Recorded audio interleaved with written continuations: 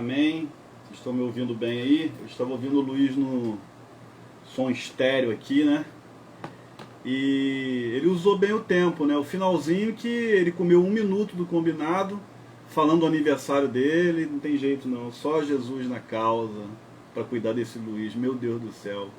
Zudé morre de vergonha dele, vai fazer o quê? Ele já lembrou do aniversário dele, não dá nem oportunidade da gente lembrar do aniversário dele amanhã. Já avisou, então tudo bem. Eu vou levar um bolo para ele amanhã lá, vou comer um bolo de máscara na casa dele. Como é que vai ser eu não sei, entendeu? Vou levar um bolo bem grande para ele. Paulinha me pega se eu levar um bolo grande para ele. Paulinha é a minha nutricionista, né? Graças a Deus. Vamos orar, irmãos. A gente tem muita coisa para conversar hoje, sem delonga. Eu quero convidar você para orar comigo nessa noite e depois desse momento inspirativo, palavra cantada aos nossos corações, palavra de Deus, da fidelidade de Deus, eu quero orar com você. Pai, obrigado pelo dia que o Senhor nos deu, obrigado pela nossa família, obrigado, meu Deus, por tantas e tantas bênçãos derramadas pelo Senhor. A gente não tem palavras para te agradecer, o que nos resta é te adorar, porque o Senhor é fiel o tempo todo. Ó Pai, mesmo quando a gente dá as nossas escorregadas de infidelidade, ainda assim, sem merecermos nada, o Senhor sempre, sempre, sempre permanece fiel. Fiel é teu caráter, fiel é tua pessoa, fiel é o teu agir. Fiéis são as suas promessas, Deus. Muito obrigado por essa realidade em nós, o que a tua palavra revela para nós. A gente intercede pelo nosso mundo, especificamente pelo Brasil. Esse recorde de ontem para hoje, Pai, de mais de 1.600 mortes. Meu Deus, console a cada família dessas. Ó Pai, aproximando da casa dos 260 mil mortos na nossa nação por esta doença. Que o Senhor venha com o teu consolo, com o teu socorro, que o Senhor ilumine a todos. Que o Senhor dê força, Pai, dobrada aos profissionais de saúde, de segurança, a todos os trabalhadores. E, meu Deus, nos ajude, ó Deus, como nação, sim, acelerar, ó Deus, entendemos esse presente recorde que o Senhor nos deu através da sua sabedoria na mente dos cientistas. Acelere esse processo de vacina para a gente, Pai. Nos ajuda, sim, ó Deus, a gente melhorar nesse quesito, Pai, dessas mortandades todas. Dê juízo ao povo, Pai, de se cuidar, de se proteger. E, ó Deus, fala conosco hoje através da sua palavra, que o Senhor venha, ó Deus, a edificar, a salvar, a fazer o que está no teu coração para a tua glória e teu louvor. Muito obrigado, Pai. Nós oramos assim em nome de Jesus. Amém. Amém. Salmo 22, 22ª semana de encontro que nós temos, cada semana um salmo, né? Lógico, começou ano passado isso. Para quem está pela primeira vez nos ouvindo, é um prazer, irmão, visitantes, enfim. Mas nós estamos no Salmo 22 da Palavra de Deus. Esse salmo é um salmo messiânico, é um salmo que Davi escreveu falando de um rei na guerra, mas na verdade ele é um salmo messiânico. O que é um salmo messiânico? Um salmo que trata da pessoa de Jesus. Você vai ver muito claramente.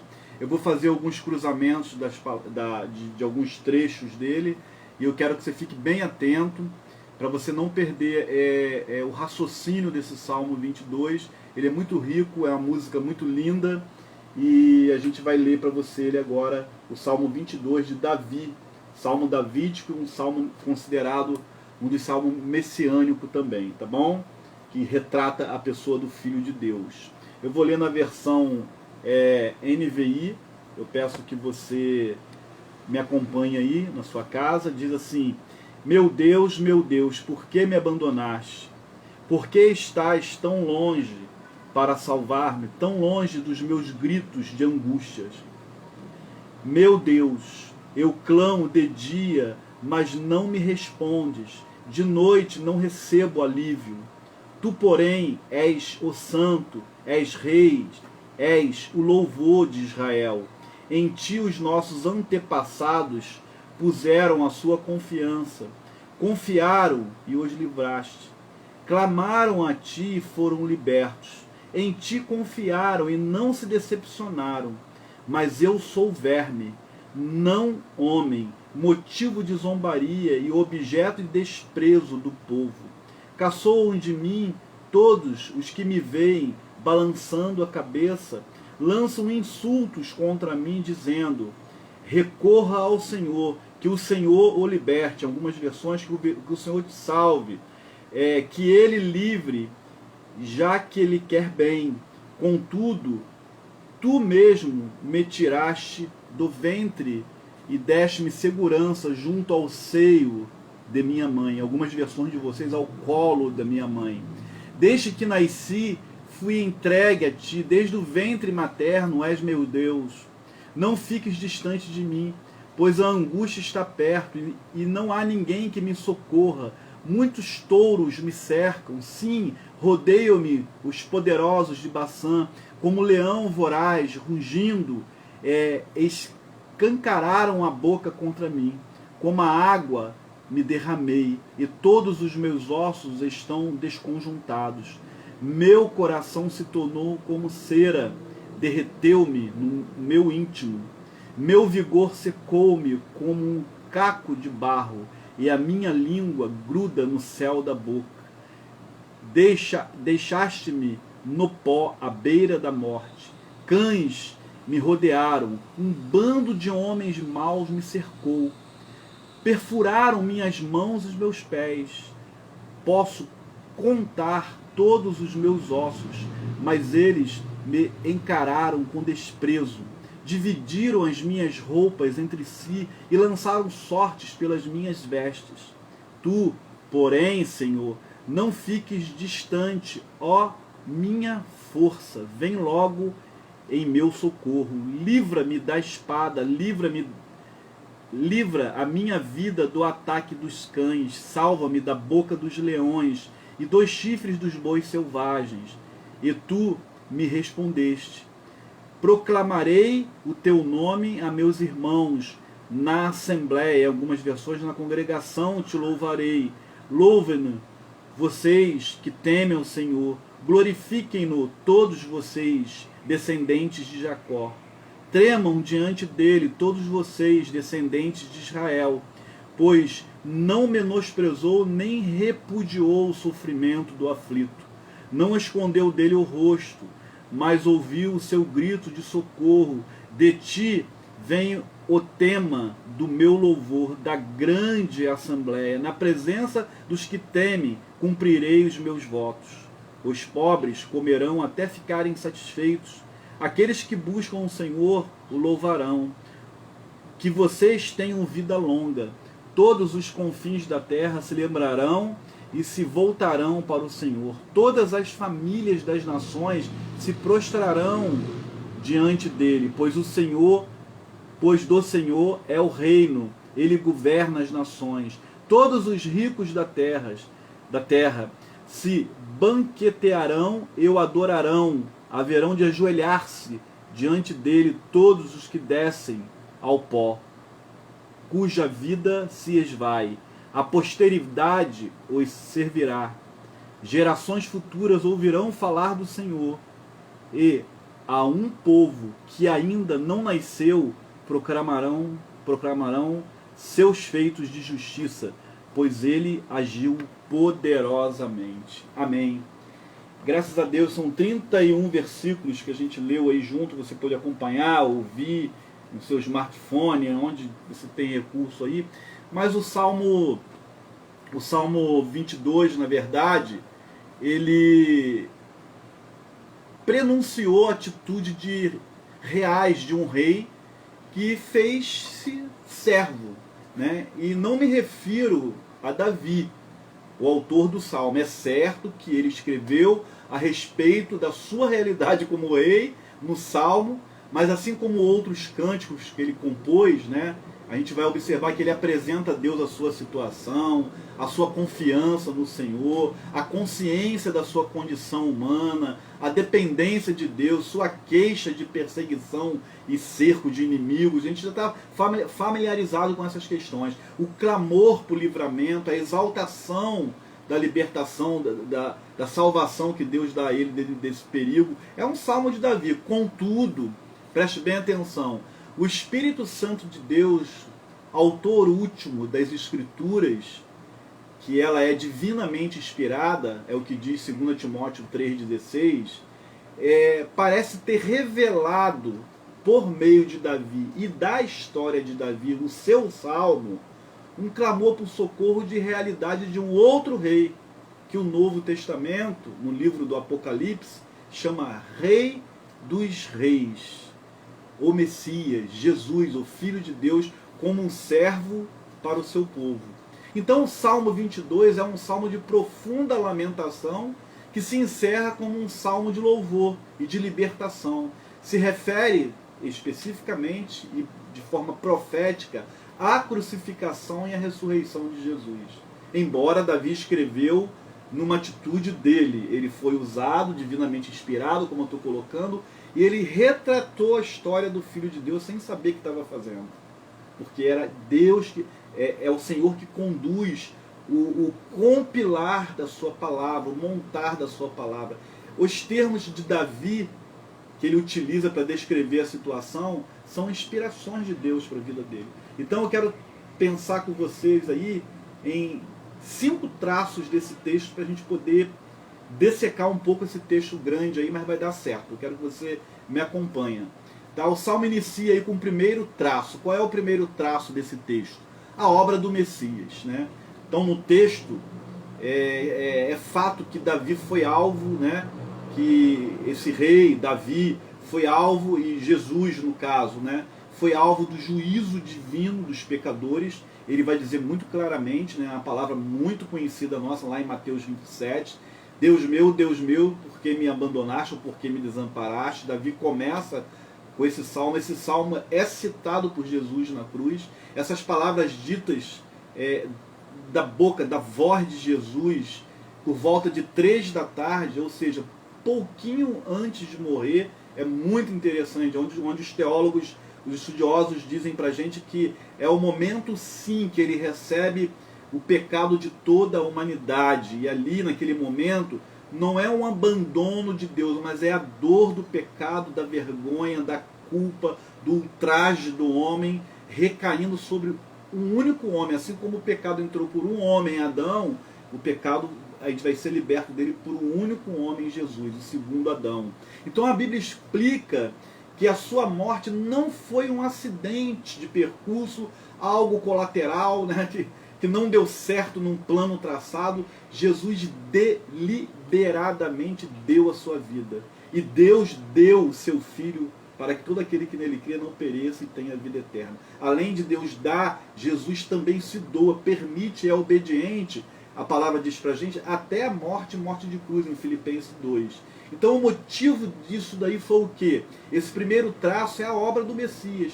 A obra do Messias tem a ver com o grande motivo de Deus, salvar aqueles que creem no nome de Jesus. Dar vida eterna àqueles que creem no nome de Jesus. Mas não é só a vida eterna, dá vida abundante aqui também. Tá? Então é muito interessante você ver isso à luz da palavra de Deus. Por isso que ele trocou de lugar por nós. A cruz foi um lugar que Deus substituiu a nossa condenação e o Filho dele morreu em nosso lugar. Isso é, ele nos rendeu. A redenção se dá nesse aspecto. Ele serviu aos seus amados, né, ao povo dele, ele serviu à igreja. Por essas pessoas, ele se tornou objeto de juízo de Deus sobre os pecados dos eleitos, daqueles que aceitaram Jesus na sua vida. Então, tem algumas metáforas nesse texto. Por exemplo, o verso 16 na NVI fala: os cães me cercaram, as minhas mãos, e perfuraram meus pés e minhas mãos. Diante dessa frase, é uma frase certa para a gente, não é possível se esquecer do que Isaías escreveu para a gente lá no capítulo 53, versículo 5. Mas ele foi transpassado, furado, né, pelas nossas transgressões, moído pelas nossas iniquidades. Então é a obra de Jesus. E o segundo traço é a obra servil de Jesus. É aquele que foi homem, em condição humilde, totalmente destituído de glória. O verso 6 fala: vergonha da humanidade, desprezo do povo. O verso 6 deixa isso muito claro para a gente. Ele fala que ele é verme, no final objeto de desprezo do povo. Ele é verme, não homem. Então o profeta Isaías fala do Messias, a quem costumava chamar, Isaías dava muito esse termo, servo de Deus, servo do Senhor, e escreve em um dos seus capítulos, 53, uma coisa muito interessante para a gente entender esse verso 6. Não tinha, sobre Jesus, 700 e poucos anos antes de Cristo, não tinha aparência nem formosura. Olhámo-lo sem nenhuma beleza que agradasse a gente para Jesus. Ele era desprezado, era o mais rejeitado entre os homens de dores, quem sabe, o homem no sentido de padecer, é como quem os homens esconde o rosto, desprezado, e dele não fizemos caso. Isaías 53, 2 e 3. Então, ao contrário de que todos podiam esperar, Jesus não exibiu externamente em seu corpo a sua glória e divindade. Não foi no seu corpo. Ele foi trabalhador braçal, ele foi carpinteiro, até o início do seu ministério. As pessoas olhavam para ele apenas como uma pessoa simples, de Nazaré, de Belém, da cidade de Belém, lá do interior de Nazaré. Jesus de Nazaré, da cidade, um lugar, um vilarejozinho muito humilde, sem nada para ser honrado ou admirado. No transcurso da sua vida normal, Jesus foi essa pessoa. Então esse lado servil de Jesus é mostrado para a gente nesse salmo. O terceiro traço que a gente vai ver, ele foi zombado, tratado com desprezo. O verso 7 fala muito claro isso para a gente. No final, todos aqueles que vêm caçoam de mim. Traz uma cena que entristece o nosso coração ao lembrar o que Jesus passou enquanto foi pregado na cruz. Ele estava aguardando a morte. O salmista escreveu: caçoaram de mim. É o retrato de uma turba zombando, né, de se mostrando ao desprezo total. Eles maniavam a cabeça, o verso 7, assim, balançavam a cabeça e não tratava de uma atitude, não apenas de uma atitude, eu diria para você, irreverente e respeitosa. Quando eles balançavam a cabeça zombando, você ouviu até aquela: desce daí e salve a ti mesmo no momento da crucificação, mas também de uma demonstração maldosa de desprezo, com a intenção de causar o sofrimento e a vergonha de ser exposto na cruz. É muito interessante esse salmo olhar por isso. E o verso 8 completa esse quadro aí. Recorra ao Senhor, clama a Deus aí, Ele vai te salvar, Ele vai te livrar, Ele salvará, pois Ele tem prazer em você, Ele se compraz em você. Você não disse que é filho dele, né? Isso que a gente vai ver daqui a pouco aqui, lá em Mateus 27. Então, longe de serem palavras de encorajamento, segura na mão de Deus, não, você não é filho de Deus, então que Ele te salve. Era pura zombaria, tratava de zombaria, como contra alguém que aparentemente estava indefeso, pregado nos pés e nas mãos. E foi dito isso para se cumprir literalmente em meio às gargalhadas durante a permanência de Jesus na cruz, zombando mesmo. Então Mateus 27, de 39 a 43, diz para a gente: os que passavam lançaram-lhe insultos. Preste atenção em Mateus com o verso 7 e 8 desse salmo. Balançando a cabeça e dizendo: você que destrói o templo e reedifica em 3 dias, salva-se, desça da cruz, se é filho de Deus. Da mesma forma, os chefes sacerdotes, os mestres da lei, os líderes religiosos zombavam dele, dizendo: salvou os outros, não é capaz de salvar a si mesmo. E és reis de Israel, desça agora da cruz e cremos nele. Ele confiou em Deus, que Deus o salve agora. Se dele tem compaixão, pois disse: sou filho de Deus. Tudo zombaria. Mateus 27, 39 a 43, não foram palavras, para ele se agarrar, mas foi palavras para ele desistir, para ele se afundar mais ainda. E o quarto traço: Jesus foi perseguido desde a sua infância. A gente conhece a história de Herodes, o perverso rei de Israel, e sabe que ele decretou, né, a morte das crianças, a busca e sede pelo sangue de Jesus. Então as crianças de menos de 2 anos foram mortas, os meninos, na cidade de Belém. Mateus 2 trata disso. E Jesus teria sido vítima de tamanha crueldade se Deus, através de um anjo, não falasse ao seu pai José, que não tivesse tirado ele de Belém e levado ele para o Egito. Então Mateus 2 vai tratar disso, o que fez, né, Jesus sofrer ainda na fase infante dele, o exílio da sua própria terra natal, sair de Israel e ir para uma terra de um outro povo ainda bebê. Tal acontecimento se deixa prever nas palavras do salmista no verso 9.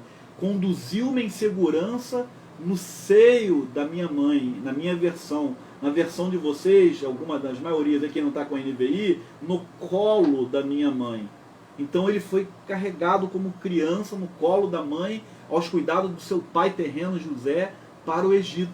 Então o quinto traço aí que a gente pode observar nessa questão dessa obra de Jesus é que ele teve os seus bens, vamos dizer assim, ele foi expoliado em seus bens.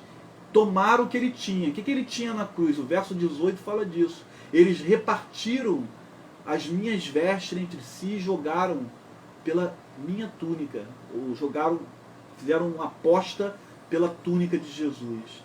Mais uma peculiaridade cumprida de forma perfeita na crucificação dos soldados romanos, que em tamanho desonra Cristo, tirando as roupas dele, tirava a roupa dos condenados que eram crucificados e ficavam praticamente nus. Tem até discussão nisso daí na teologia. Alguns entendem que ficavam literalmente nuzão mesmo, outros entendem que tinha alguma coisinha ali, muito pouca, né?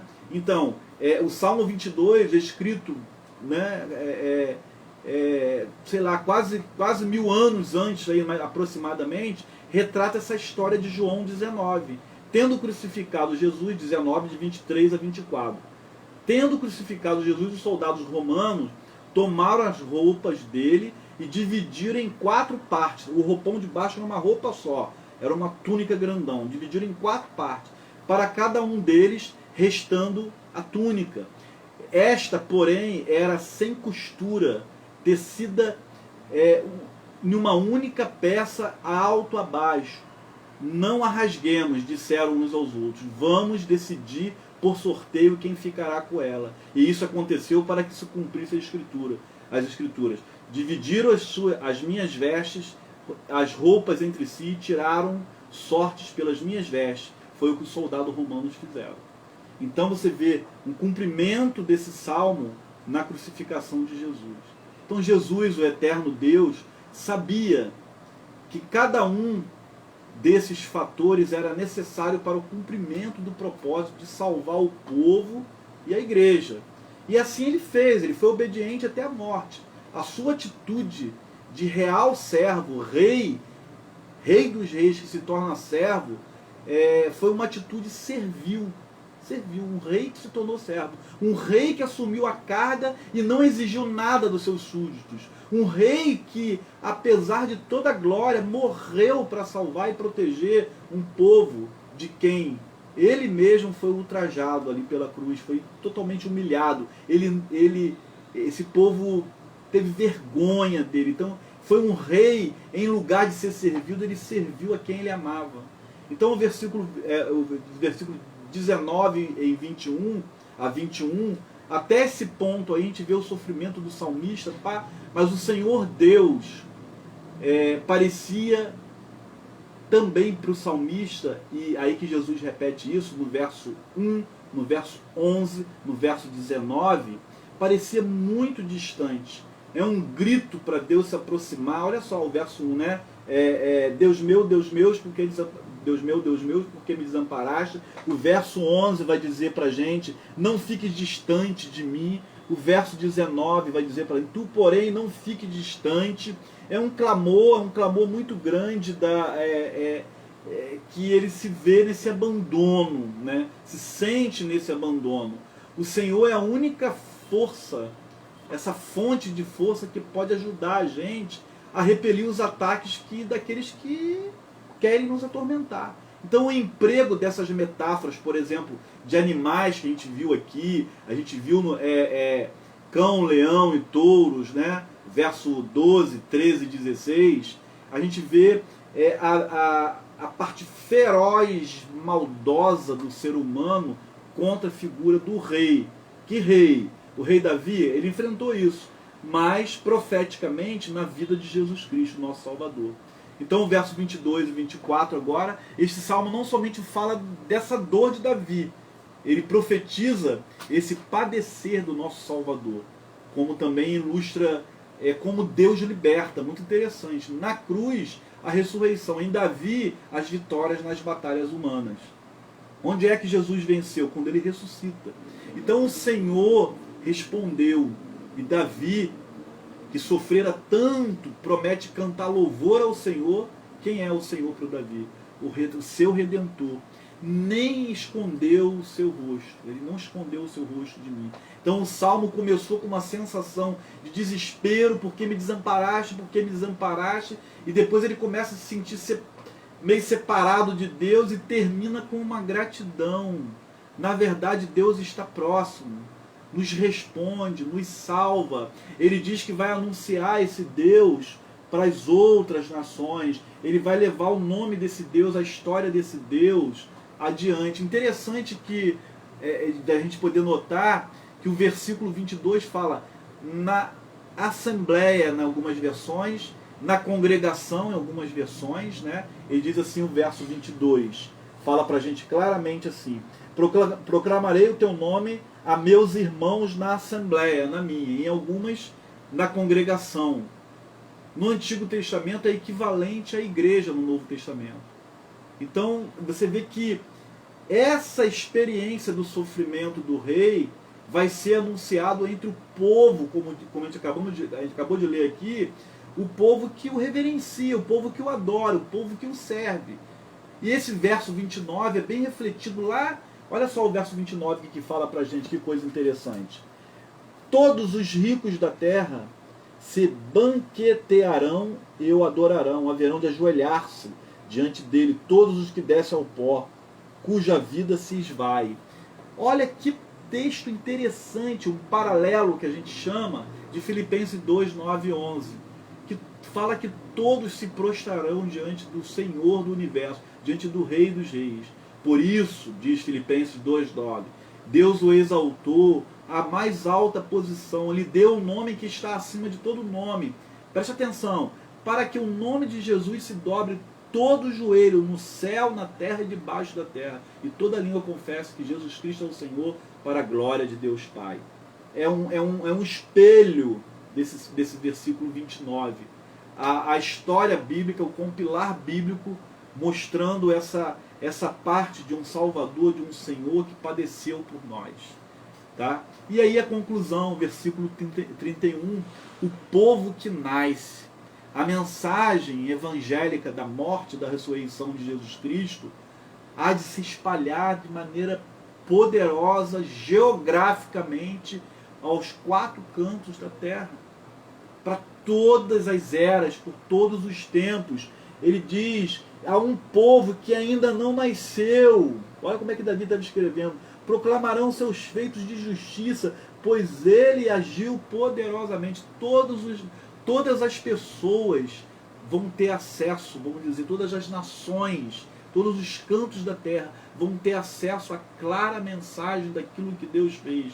Diante de tão grande desprendimento do Rei Jesus, cabe agora à igreja, que somos nós hoje, o Israel aqui colocado, o povo de Jacó, o termo usado aqui por Davi, se refere à igreja de Cristo.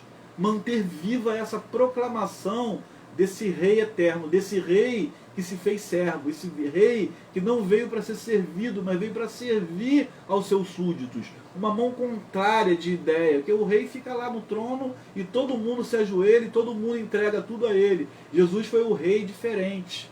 Ele pegou a toalha e lavou os pés, ele serviu as pessoas, ele abençoou as pessoas. Então, o Salvador daqueles também que creem e confiam no nome do Senhor. Então, cabe aqui manter um testemunho de vida compatível com essa grandeza, a santidade do soberano, de Deus eterno, sem nunca a gente se envergonhar de termos um Deus que padeceu, que sofreu até a morte e morte de cruz. Essa é a mensagem do Evangelho, não tem jeito. Esse salmo retrata a vida de Jesus, embora Davi escrevendo sobre ele. Então é muito interessante, você olha para um salmo desse, um salmo messiânico, e você tem que, no momento da leitura, você tem que diferenciar a hora que Davi está falando dele e a hora que Davi nem sabe o que está falando, coitado. Ele está falando de coisa que ele nem sabia que ia acontecer, mas o Espírito Santo, tomando conta da vida de Davi, falou tão detalhadamente. Jesus utiliza o próprio salmo. Jesus na época de Jesus, esse salmo já estava totalmente pronto. O Antigo Testamento, na época de Cristo, era igualzinho ao nosso. Não tinha os 7 livros apócrifos, tá? A Bíblia que Jesus usava era o Antigo Testamento igualzinho ao nosso. Esses 7 livros apócrifos que vêm depois, vêm da Reforma para cá, tá? Então, acontece aqui que Jesus utiliza da boca dele esse salmo. Ele fala: Deus meu, por que me desamparaste? Sentindo toda a dor do nosso pecado, toda a condenação que estava sobre a gente, ele sentiu na sua carne, no seu corpo, na sua tortura psicológica. Você é filho de Deus mesmo, desce daí, se ele te amasse, ele ia te salvar, né? daquela voz satânica, Deus, pessoa maniando a cabeça, em desprezo a pessoa dele. O verso 7 e 8 fala, caçoando de Jesus, zombando de Jesus, e ali acontecendo o maior vulto da história de todos os povos, todas as épocas e tempos. O Filho de Deus, o Deus encarnado, morrendo em substituição ao meu pecado, recebendo o pecado daquela geração, da geração passada e da geração futura. Ali havia necessidade desse sacrifício, né? O sacrifício de Jesus vicário tem esse sentido, o sacrifício que trouxe vida para a gente. Então que Deus te abençoe, que você possa... Não dá para ir tudo aqui, esse salmo aqui a gente podia ficar uma semana estudando ele, mas eu quero ir passando o salmo com você para você ter uma ideia. Continua a sua pesquisa, vê se você agora, a partir daqui, abriu mais a sua mente. Eu estava conversando hoje, e conversando com uma pessoa, e falei, né, com o Luiz e Zildeia, estava conversando com eles, e falei que Jesus falou: examinai as Escrituras, porque nelas contém de mim, da vida eterna.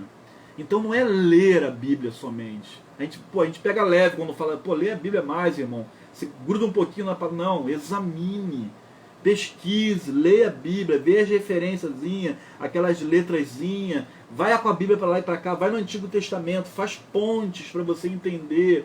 Isso você vai achar Jesus, segundo lá em Lucas 24, você vai achar Jesus desde os profetas, nos Salmos, e em todas as Escrituras, na criação, você vai achar Jesus, porque lá em Gênesis 3,15 já é a promessa de Jesus, que viria um descendente da mulher que pisaria na cabeça da serpente.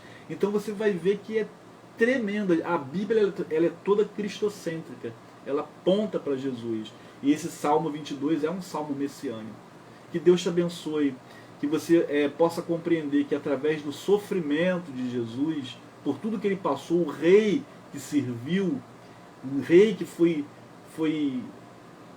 humilde, né? Não tinha nada para a gente ser atraído a ele, foi o que a gente leu aqui hoje. Ele é quem morreu e te salvou, e salvou a minha vida, para que todo aquele que nele crê não pereça, mas tenha vida eterna. Que Deus te abençoe. Eu quero orar com você nessa noite, terminando assim o nosso culto para a glória de Jesus, tá bom? Vamos orar então? Pai, obrigado por esse tempo, obrigado por a gente ouvir a Tua Palavra, obrigado porque o Senhor fala através da história. As pessoas estavam escrevendo as coisas, mas estavam sendo guiados, totalmente guiados pelo Teu Espírito, e o Pai não tinha dimensão bem daquilo que estava escrevendo, mas o Teu Espírito montou essa coisa maravilhosa que é a Tua Palavra, para a gente compreender mais da Tua Palavra.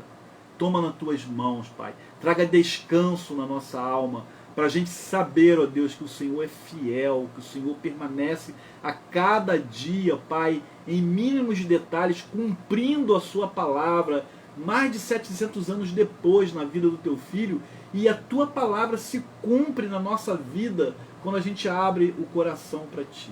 Os nossos olhos, as escamas caem, a gente começa a compreender e ver coisas que a gente não conseguia ver antes da Tua entrada na nossa vida. Ó Pai, que esse sacrifício não seja em vão, que cada um coloque a sua vida diante de Ti, que cada um consiga abrir o coração para Ti, para a glória do Senhor, Pai. Muito obrigado, nós oramos assim e Te agradecemos em nome e por amor de Jesus. Amém. Amém, que Deus abençoe você, te dê essa noite de sono, de coisas muito boas, muito gostosas, que a sua família seja cercada pela glória de Deus, tá? Fiquem na paz, que Deus abençoe a todos. Amém. Um beijo. Tá? Tchau.